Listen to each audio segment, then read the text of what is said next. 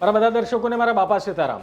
વિસાવદરમાં અંતિમ ઘડીએ, કારણ કે આજે થોડી જ કલાકોમાં પ્રચાર પરઘમ શાંત થઈ જશે એ પહેલાં આમ આદમી પાર્ટી અને Gopal Italia and company and ટીમે એવો ધડાકો કર્યો છે, એવા આરોપ લગાવ્યા છે જેનાથી વિસાવદરની આખી સ્થિતિ બદલાઈ શકે એમ છે. શું આરોપ છે? આપ જોઈ રહ્યા છો નિષ્કર્ષ. હું છું નિશિત રાજગુરુ.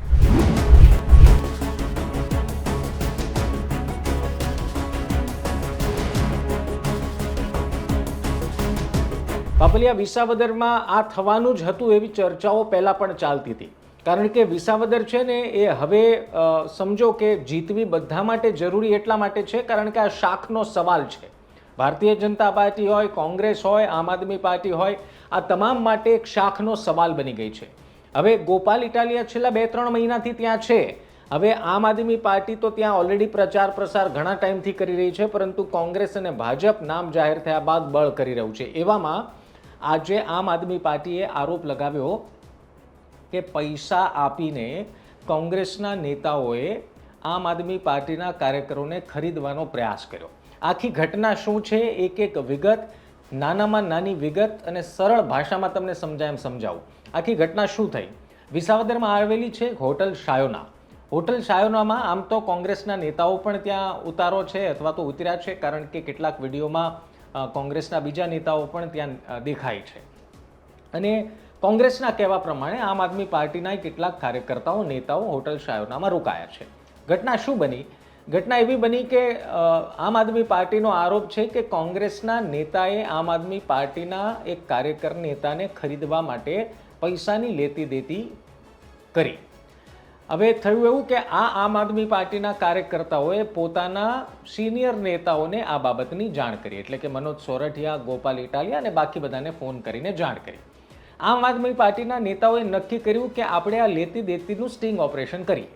એટલા માટે આમ આદમી પાર્ટીના નેતા હોટલ શાયોના પહોંચ્યા અને આ લેતી દેતી મામલે જે કંઈ પણ આખી કાર્યવાહી હતી અથવા તો જે આખી હલચલ હતી એને ફોનમાં રેકોર્ડ કરવાનો પ્રયાસ કર્યો અને કેટલાક વિડીયોઝ જાહેર કર્યા.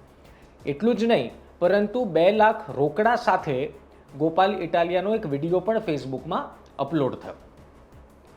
આમ આદમી પાર્ટીનો આરોપ છે, એક વિડીયો એવો પણ છે કે જેમાં કોંગ્રેસના નેતાઓ, એવો આરોપ મૂકવામાં આવ્યો છે કે ગાડી છે એમાં કોંગ્રેસના નેતાઓ છે અને એમના ડેશબોર્ડ પર કેટલાક રૂપિયાના ઢગલા પડ્યા છે, કેટલાક રૂપિયાનો થેલો પડ્યો છે. આમ આદમી પાર્ટીનું કહેવું એ છે કે આ બધા જ રૂપિયાથી આમ આદમી પાર્ટીના કાર્યકર્તાઓ, નેતાઓને તોડવાનો પ્રયાસ કરવામાં આવી રહ્યો છે, એમને ખરીદવાનો પ્રયાસ કરવામાં આવી રહ્યો છે. આ સંપૂર્ણ, આ બધો જ આરોપ લગાવવામાં આવ્યો કોંગ્રેસના નેતાઓ પર. ખાસ લલિત વસોયા પણ વિડીયોમાં દેખાઈ રહ્યા છે. આમ તો નીચેના વિડીયોમાં લલિત કગથરા પણ છે, પરેશ ધાનાણી પણ છે, પણ મેં પહેલાં કહ્યું એમ આ હોટલમાં કોંગ્રેસના નેતાઓનો ઉતારો પણ છે, એટલે ત્યાં રોકાઈ રહ્યા છે. હવે કોંગ્રેસની સાથે પણ અમે, કોંગ્રેસ નેતા સાથે પણ અમે વાત કરી. મેં લલિત વસોયાને ફોન કર્યો ને લલિત વસોયાને સવાલ પૂછ્યા, તો લલિત વસોયાએ કીધું કે આ તદ્દન જૂઠા આરોપ છે. હું હોટલના રૂમમાં નાહવા માટે ગયો હતો અને આ રૂપિયાની લેતી દેતી થઈ નથી. ગોપાલ ઇટાલિયા નાટક કરે છે.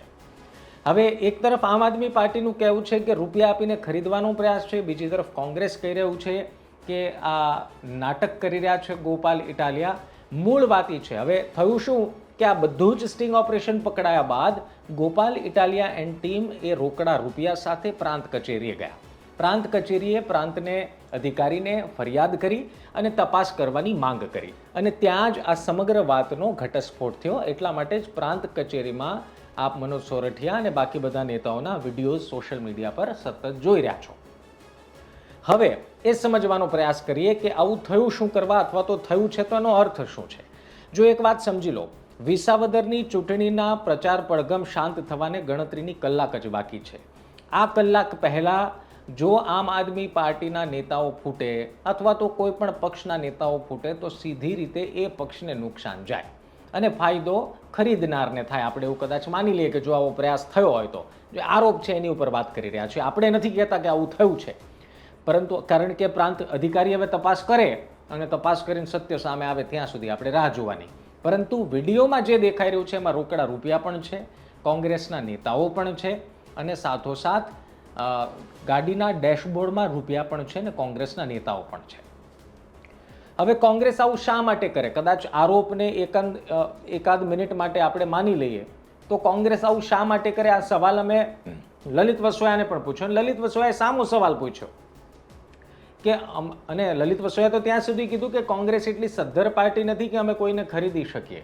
એટલે આ આરોપોને એમણે ફગાવ્યા છે. આ આખી ઘટના છે વિસાવદરમાં આ ગંદી રાજનીતિનો એક ઉદાહરણ છે, એક હલકી કક્ષાની રાજનીતિનું આ ઉદાહરણ છે. જો આવું થયું છે તો લલિત વસોયા તો એવું કહે છે કે ગાડીમાં 50,000 રૂપિયા ચૂંટણી ટાણે કોઈની પણ ગાડીમાં હોય, એ કોઈ નવી વાત નથી. પરંતુ ખરીદવાનો આરોપ જ્યાં સુધી છે, ફોડવાનો જ્યાં સુધી આરોપ છે, તો આ હલકી કક્ષાની રાજનીતિ છે. રાજનીતિમાં પહેલી વાર નથી થયું, આ પહેલાં પણ થઈ ચૂક્યું છે. પરંતુ વિસાવદરની જનતાને ઉપર સૌને વિશ્વાસ છે, આ ગુજરાતની જનતાને વિશ્વાસ છે કે વિસાવદરની જનતા એ નિર્ણય લેશે જે એના હિતમાં છે. તમારું શું માનવું છે પૈસાની આ લેતી દેતી મામલે? એ કમેન્ટ કરવાનું ભૂલતા નહીં.